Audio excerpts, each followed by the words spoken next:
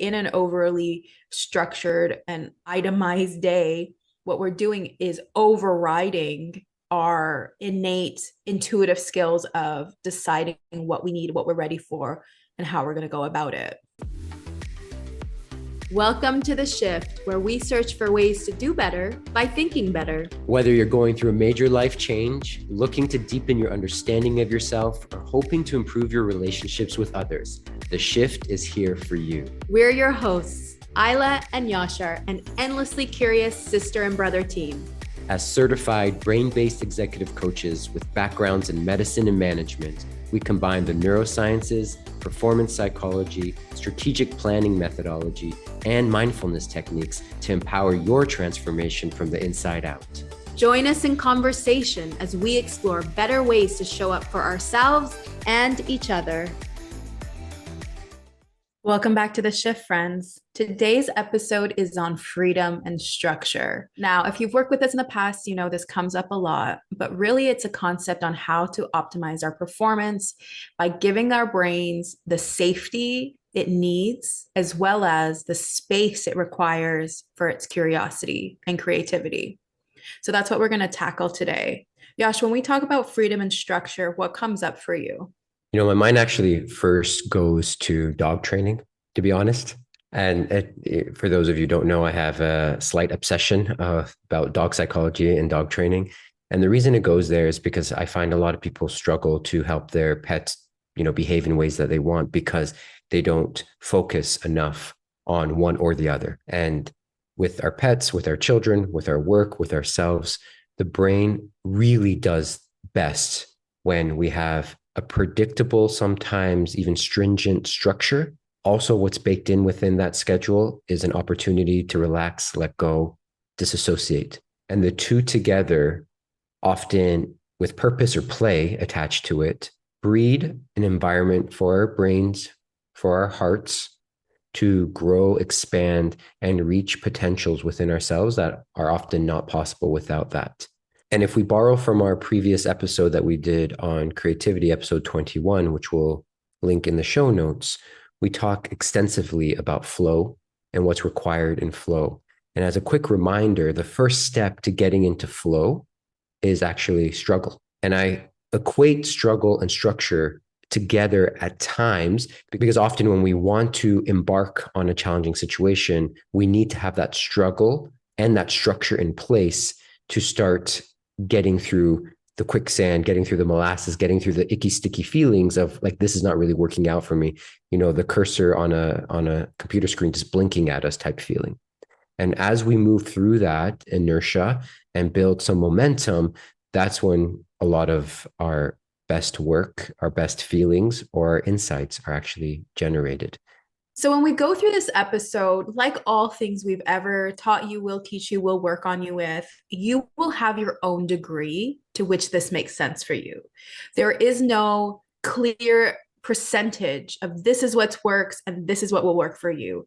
That is not what's going to happen here. If you've worked with us in the past, that's never what we're going to give you. What we're going to do is ask you critical questions so you can ask yourself, what is your percentage? What is your fine balance? And what does that look like for you? Because the answers that you will need to do this in any of our work is answers that come from within your own knowing, you building your self-awareness and personal accountability muscles. And this is no different. So the two main questions when we talk about freedom and structure are these. The first question you're going to ask yourself is, what do I need to feel safe? In any given situation, context, partnership, relationship, project, program, fill in the blank, what does your body, your mind, your emotional well-being require to feel safe? Now, safety can look like many things, but it's really setting up reliable foundations that create something in your body that allow you to feel a sense of ease, that regulate your nervous system. So these can be rituals and routines that are really set up to help you thrive. The second question to this then becomes, what do I need to feel free?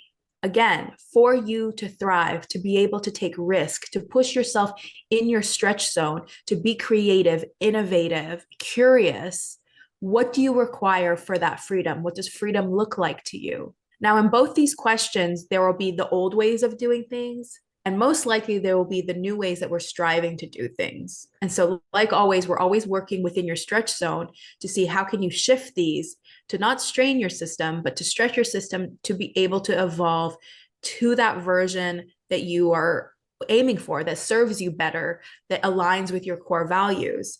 So an example that I always use when we talk about freedom and structure is how I like to go on trips. So I'm going to use this as my personal examples. Yours might look a little different, but for me, this is such a critical metaphor of how freedom and structure show up for me. So when I go on a trip, I require that the main elements be in place before. So I want the flight booked. I want the places we're staying book well in advance that provide kind of the foundation, the blueprint of what the trip is going to look like. So if we're going to be in several places, I kind of like those as almost like markers of setting up the structure of the trip. So our flight in and out is already booked. The places we're going to stay are already booked. And so that for me provides structure, right? We know we're going for 2 weeks. We know we're staying in these places. And I don't have to worry about our safety in the sense of I know we have a way in and a way out, and we have places to sleep at night. So that to me is how I like to plan a trip, knowing I have these clear structural things in place. And that provides me safety.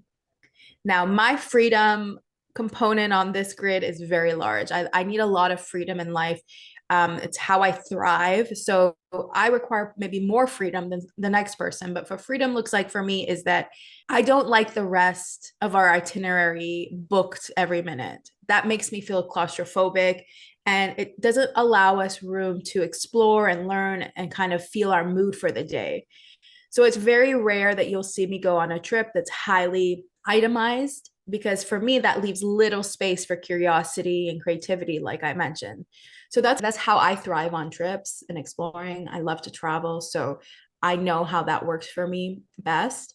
I know what overwhelms my system and what allows me to have a great time. So I make adjustments to this plan to optimize the way my mind and body work with freedom and structure on something like a trip. So that's just an example to show you how that comes to play in a very practical way. What's an example for you, Yash, about where freedom and structure play into your life?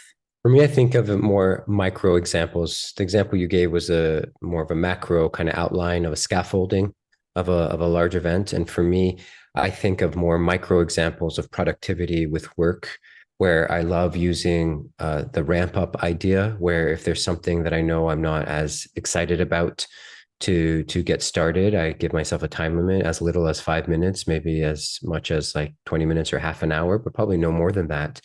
And I set a timer and I start working with the permission that after I'm done this structured 5 to 30 minutes of focusing on this activity, I have the permission, the freedom to move away from it and decide whether I want to continue this work or not.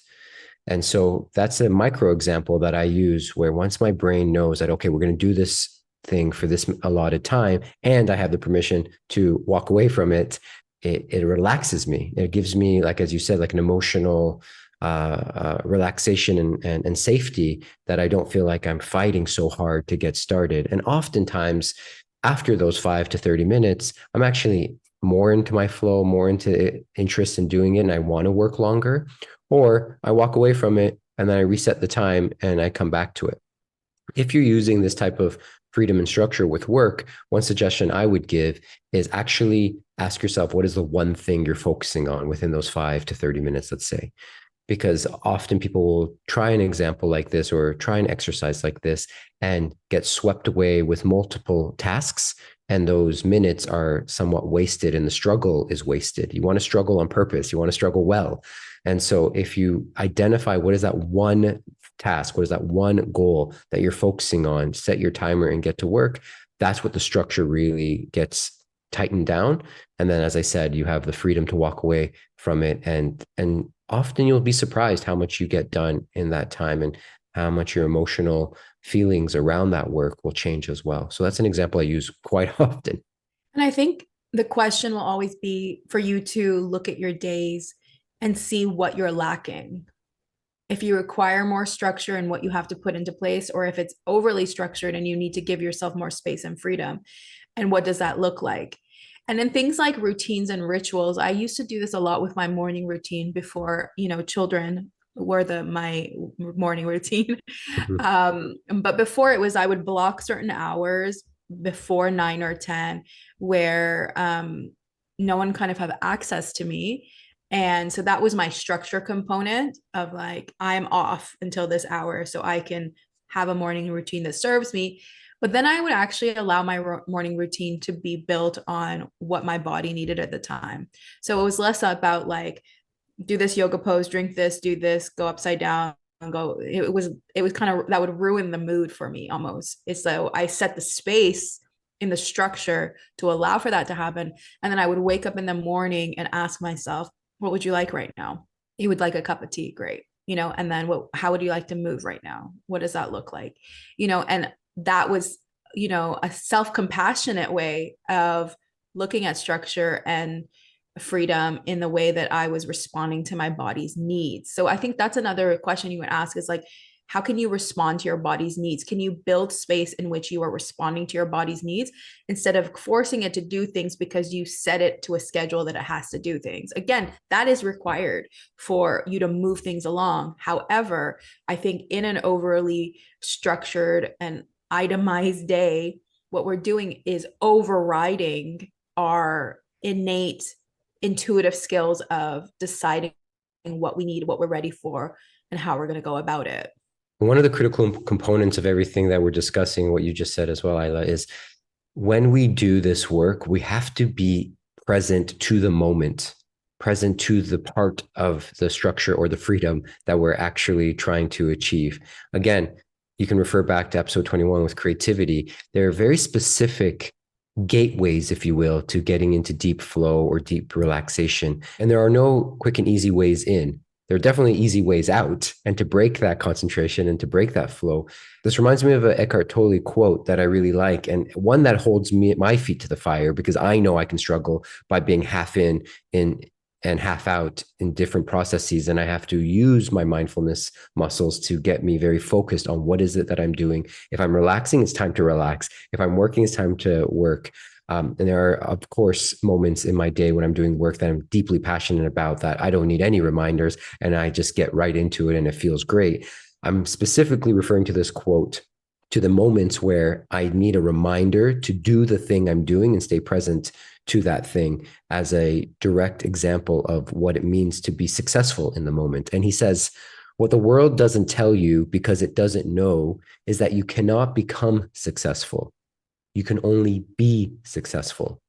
Don't let a mad world tell you that success is anything other than a successful present moment. And so again, if you're successfully present to the moment, whether it's the structure, whether you want to call it struggle, or whether to the freedom or the flightiness, your words are yours to choose. At the end of the day, what you're doing requires your presence. What you're doing requires you to be with it for it to be successful. And once you actually give yourself that attention, then I believe you'll be more successful in whatever it is that you're doing, and your brain feels more alive and more in tune with the work that's being accomplished. So I'd love you to take a moment today and go to your schedule, go to your calendar, go to your relationships, events, and projects, and take a moment and ask yourself these two questions. What do I need to feel safe in this setting? Where are my roots in this setting? What provides me with the rituals and routines and foundations that allow me to show up with ease and peace? Second question is then, what do I need to feel free? What is required for me to change or shift in my day to build space for curiosity and creativity, for me to take risks and do things outside of my comfort zone so I can see what my flight looks like? What is the fine balance of freedom and structure for me today? And as I build my week through and I look at my relationships and projects, keep asking yourself those questions. What do I need to feel safe? What do I need to feel free? And answer the call. Thank you for listening, friends. What shifted for you during this episode? We'd love to hear your insights. Write us with any questions, commentary, or episode ideas at theshift@mindshiftleadership.com. If you enjoyed this podcast, we would deeply appreciate a like and subscribe. The Shift is brought to you by MindShift Leadership, a heart-centered, evidence-based, mindset-powered leadership company, empowering you with the training to prioritize mental health, inclusion, and performance optimization.